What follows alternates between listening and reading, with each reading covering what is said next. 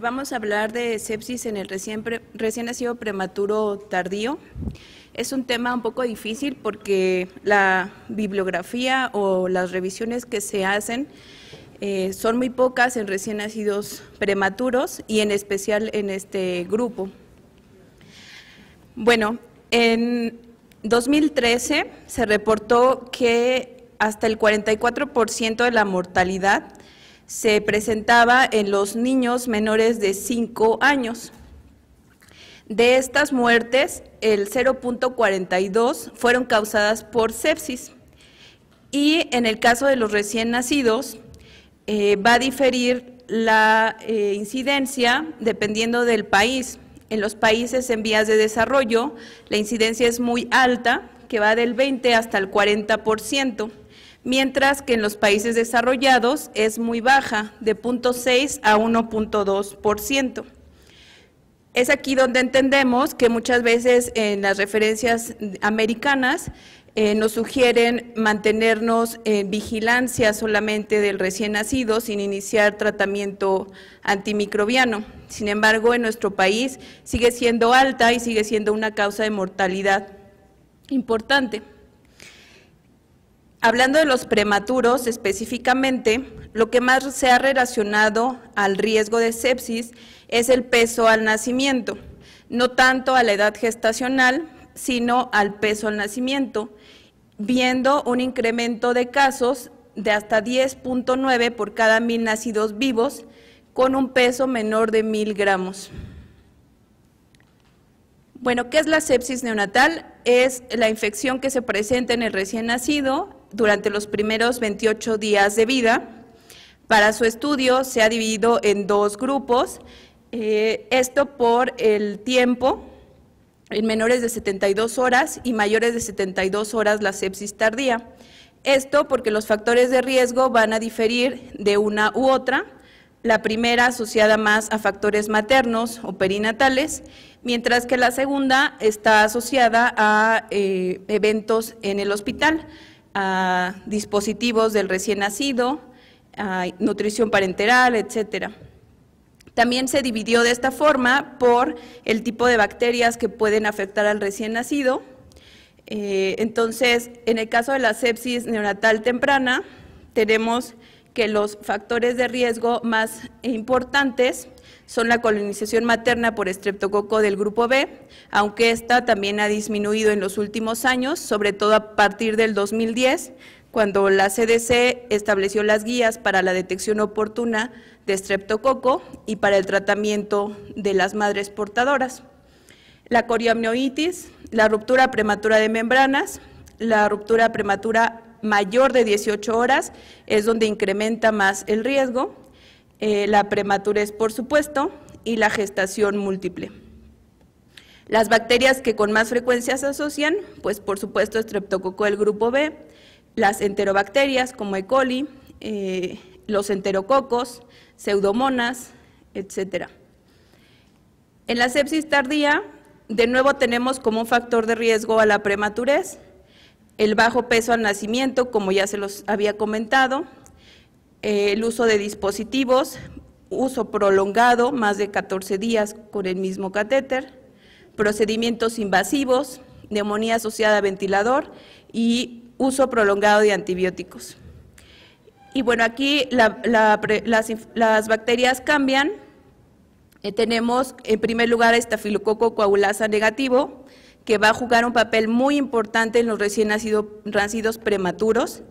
Actualmente se asocia ya no solo a sepsis bacteriana, sino que se asocia también a meningitis, incluso a infección de vías urinarias. Entonces, estos microorganismos, estafilococo coagulasa negativo, principalmente epidermidis, se está convirtiendo en un grave problema para los recién nacidos prematuros.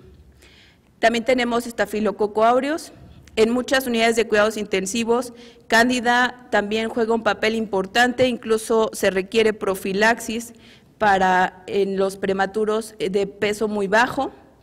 Las enterobacterias de nuevo, pseudomonas y estreptococo del grupo B en último lugar. Las manifestaciones clínicas De por sí, sepsis neonatal es muy inespecífica, todo se parece a sepsis neonatal y nada puede ser sepsis neonatal.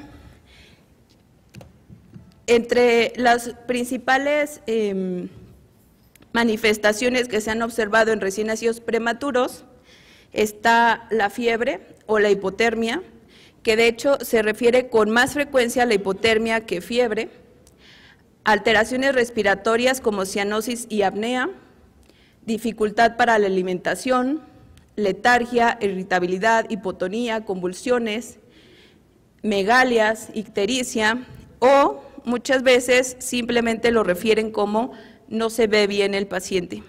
Así de inespecífico es el cuadro de sepsis neonatal en prematuros. En el 2014, LIMS y colaboradores estudiaron a este grupo de pacientes y encontraron que apnea, bradicardia y cianosis fueron las manifestaciones más frecuentes de sepsis. Y que pobre actividad e incremento en el esfuerzo respiratorio a veces pueden ser los únicos síntomas que encontramos en esta población. Debido a esto, se han hecho varias modificaciones a los criterios de sepsis. En 2005, el Consenso Internacional de Sepsis en Pediatría, Goldstein, sugirió unas modificaciones a los criterios diagnósticos de sepsis de adultos y dividió por etapas o por edades las manifestaciones o los criterios. Ellos ya incluían al recién nacido y sobre todo al recién nacido en la primera semana de vida. Sin embargo, estos estudios o estos criterios son en recién nacidos de término. En el 2010, Winnie Wong hicieron una revisión sobre la inmunidad, los factores inmunológicos que podrían intervenir en el riesgo mayor de sepsis en los prematuros. También hicieron una revisión de las manifestaciones clínicas y entonces sugirieron estas modificaciones a los criterios diagnósticos de sepsis, en especial para prematuros.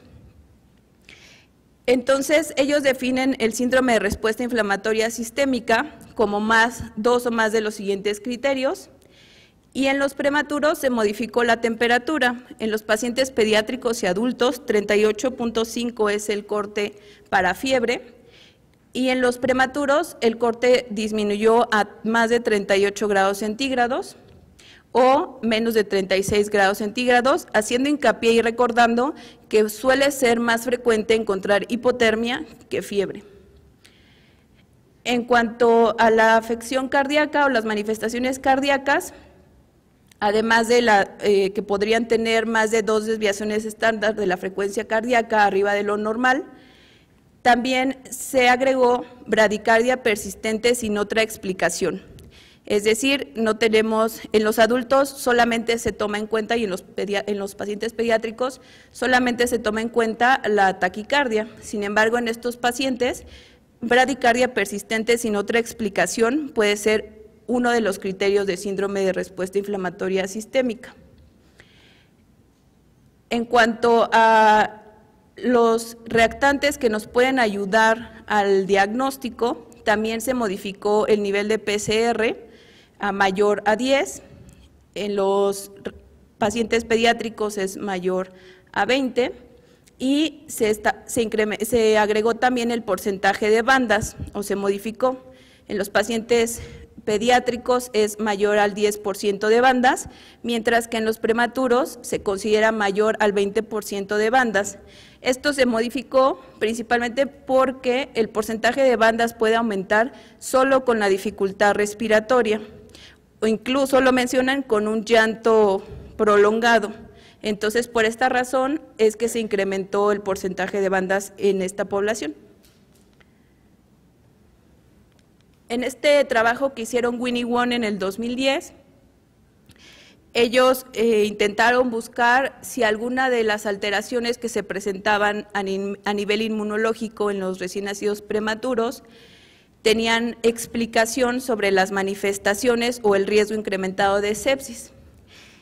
Y todas estas fueron las alteraciones que encontraron, que van desde una alteración en detectar el péptido glucano de las bacterias gram positivas, en alteración en los toll-like receptor,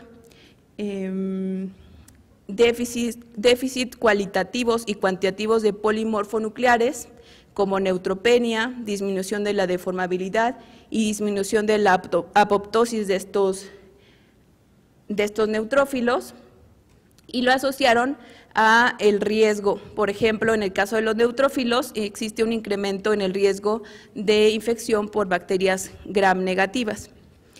Desafortunadamente no existen estudios posteriores a esto que hizo Winnie Wong, y no se ha podido establecer con certeza cuáles alteraciones inmunológicas puedan estar en real asociación con sepsis, y si existe algún tratamiento o algo que pueda ayudar a modificar el curso de estos pacientes. Como ya les había comentado, diversos institutos han hecho criterios para lograr establecer el diagnóstico de sepsis en esta población. El Instituto NICE, que es un instituto europeo que se dedica a los procesos infecciosos, al estudio de los procesos infecciosos también, ellos presentan unos indicadores clínicos llamados banderas rojas, que tienen un alto nivel de concordancia y que podemos utilizarlos para el inicio de tratamiento antibiótico. Esto es tratamiento en la madre de forma parenteral por una sospecha o confirmación de infección, infección invasiva durante el trabajo de parto o 24 horas antes y después del nacimiento. Sospecha o confirmación de infección en algún otro bebé en el caso de un embarazo múltiple, dificultad respiratoria que comienza más de 4 horas después del nacimiento, convulsiones, necesidad de ventilación mecánica en un bebé de término y signos de choque. También la OMS hizo unos criterios. Ellos proponen estos 6 criterios, que es taquipnea, dibujo intercostal severo, incremento en la temperatura mayor a 37 grados, hipotermia menor a 35,5, no movimientos o movimientos solo con estimulación, convulsiones y pobre alimentación. Y ellos refieren que en conjunto estos datos clínicos tienen una sensibilidad del 85% y una especificidad del 75% para una infección bacteriana severa durante la primera semana de vida. Esto es importante porque incluso el cultivo tiene una sensibilidad máxima del 60%. Entonces, la evaluación clínica es de las cosas más importantes para poder hacer el diagnóstico. Como es tan inespecífico el cuadro, entonces se han estudiado diversos marcadores hematológicos e inmunológicos en busca de apoyar el diagnóstico. El estándar de oro sigue siendo el cultivo. Tiene algunas adversidades, entre ellas que se requiere por lo menos 48 horas para tener un reporte, y mientras tanto, pues, ¿qué le hacemos a nuestro paciente, verdad? En los neonatos, sobre todo en los pretérmino, podemos tener bacteremias muy bajas, de menos de 4 unidades formadoras de colonia. Por lo tanto, se requiere que por lo menos tengamos 1 mililitro de sangre para poder incrementar la posibilidad de tener el microorganismo. Entonces, la posibilidad puede incrementar hasta el 98% si nosotros tomamos el cultivo por lo menos de 1 mililitro. La sensibilidad reportada, como les comentaba, del cultivo es del 50 al 60% en el mejor de los casos. Esto se ha mejorado con los sistemas actuales, en los cuales podemos tener en incubación los cultivos y podemos tener el reporte en cualquier hora del día. Ya no se necesita que un químico esté revisando todas las mañanas los cultivos, sino que podemos tener el reporte en cualquier momento del día. Si nuestro cultivo sale negativo, no podemos excluir el diagnóstico, porque de todos los cultivos que tomamos, aproximadamente el 20% vamos a recuperar alguna bacteria. Y si sale positivo, tenemos ahora el problema que les mencionaba hace rato de Staphylococcus epidermidis. Staphylococcus epidermidis es un microorganismo que forma parte de la microbiota de la piel y que podría considerarse como una contaminación. Sin embargo, como ya les mencionaba, ha incrementado mucho las infecciones meningitis, infección de vías urinarias o bacteremia por este microorganismo. Entonces, hay que tener cuidado en la lectura de este tipo de cultivos para no dar tratamientos innecesarios o no dejar a un paciente sin tratamiento. Entonces, uno de los tips es que el crecimiento del microorganismo debe darse en las primeras 72 horas para considerarse como patógeno. Si crece después de esas 72 horas, lo más probable es que se trate de una contaminación. En cuanto a la biometría hemática, algunos de los parámetros que se han utilizado para apoyar el diagnóstico es la leucopenia, aunque la sensibilidad es muy baja, pero la especificidad es muy alta. Entonces, si su paciente tiene leucopenia más los datos clínicos, es más probable que tenga sepsis a que si tiene leucocitosis. Se asoció leucopenia, incremento en los neutrófilos y una relación bandas neutrófilos elevada con un incremento en el riesgo muy alto para sepsis. Entonces, esta asociación, leucopenia, neutrofilia y elevación de las bandas neutrófilos, es la asociación que más sensibilidad tiene para detectar sepsis.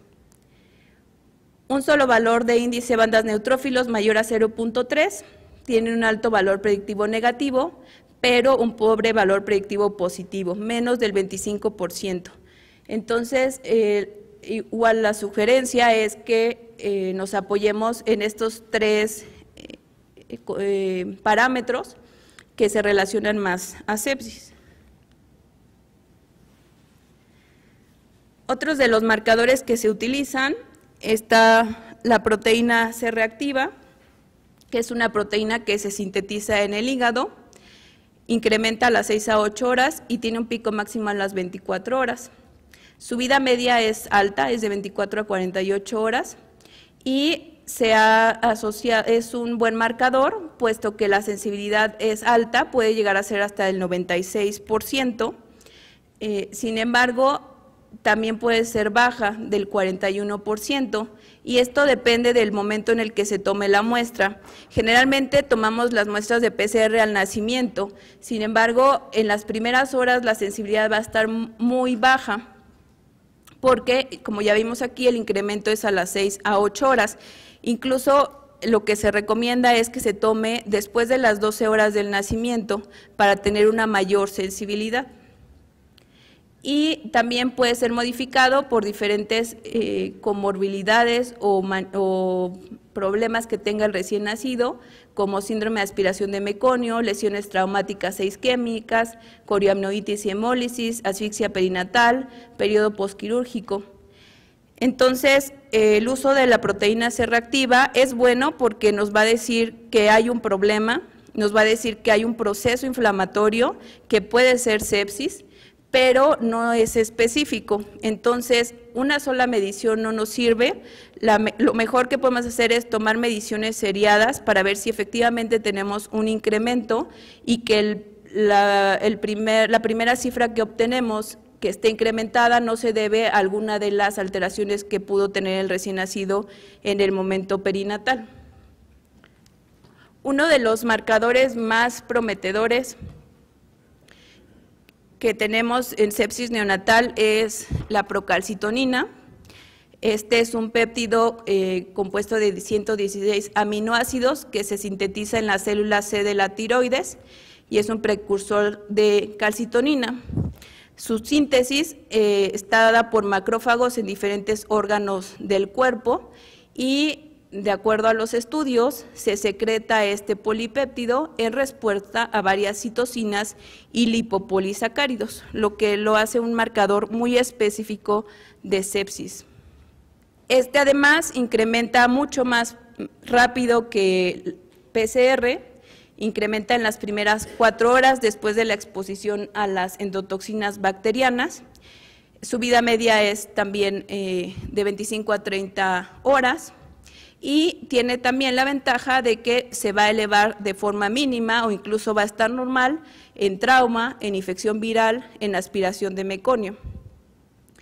Puede incrementarse en síndrome de dificultad respiratoria, inestabilidad hemodinámica, madres diabéticas, en madres con coriamnoitis en ausencia de infección neonatal. Y la probabilidad de sepsis neonatal es del doble con una procalcitonina mayor a 0.5 nanogramos para neonatos de peso muy bajo al nacimiento, menores a 1.500 gramos. Además, puede ser de ayuda en la decisión de inicio o término de los antibióticos. Entonces, este marcador parece ser uno de los mejores para sepsis neonatal, pero resulta que en los recién nacidos prematuros, la procalcitonina se eleva de forma fisiológica en los primeros 5 días de vida. Entonces, un marcador de este tipo requiere que se establezcan normogramas en este tipo de población. López y colaboradores en el 2007 hicieron algunos cortes en prematuros con sepsis comprobada. Ellos reportan estos cortes, más de 0.55 al nacimiento, más de 4.7 a las 12 o 24 horas de vida y más de 1.7 a las 36 a 48 horas de vida. Entonces, no existe unos parámetros o un consenso sobre los cortes de la procalcitonina en recién nacidos prematuros. Las mayores cortes son esta de López y colaboradores y otra de Chiese y colaboradores, que es un poco más reciente. Entonces hay que tener cuidado en la interpretación de la procalcitonina. Si lo tomamos de forma muy temprana al nacimiento, es probable que nos sirva mucho más, porque un valor muy alto al nacimiento se va a asociar con sepsis. Si lo tomamos 2 o 3 días después, podemos esperar valores muy altos que son normales en este tipo de pacientes. Y si lo tomamos como un marcador de sepsis neonatal tardía o nosocomial, entonces los valores se pueden aplicar igual que en los recién nacidos de término o en los adultos en la edad pediátrica. Bueno, y por último, quiero mencionarles sobre un estudio que hizo el doctor Reina Figueroa y colaboradores en el Instituto Nacional de Perinatología. Ellos hicieron una comparación de varias escalas que pueden acercarnos al diagnóstico de sepsis neonatal en prematuros, y entre las principales está NOCEP 1, que después se modificó a NOCEP 2 y también se trató de validar para los prematuros. Esta escala, que es de la Academia Americana de Cirugía de Tórax, y esta es para recién nacidos de término, y por último la del consenso de Goldstein que les comenté del 2005. Perdón, la última diapositiva era sobre la sensibilidad y especificidad de cada una de las escalas, y ninguna fue mayor al 60 o 70% de sensibilidad, por lo cual sigue pareciéndose muchísimo a la sensibilidad que tiene el estándar de oro actual, que es el cultivo. Entonces, ese sigue siendo nuestro estándar de oro, sin olvidar que la clínica y la exploración física son de las cosas más importantes. Incluso la OMS en últimas fechas ha sugerido que aunque tengamos el cultivo negativo, si tenemos la clínica, entonces debemos considerar a nuestro paciente como con sepsis. Y eso es todo. Gracias.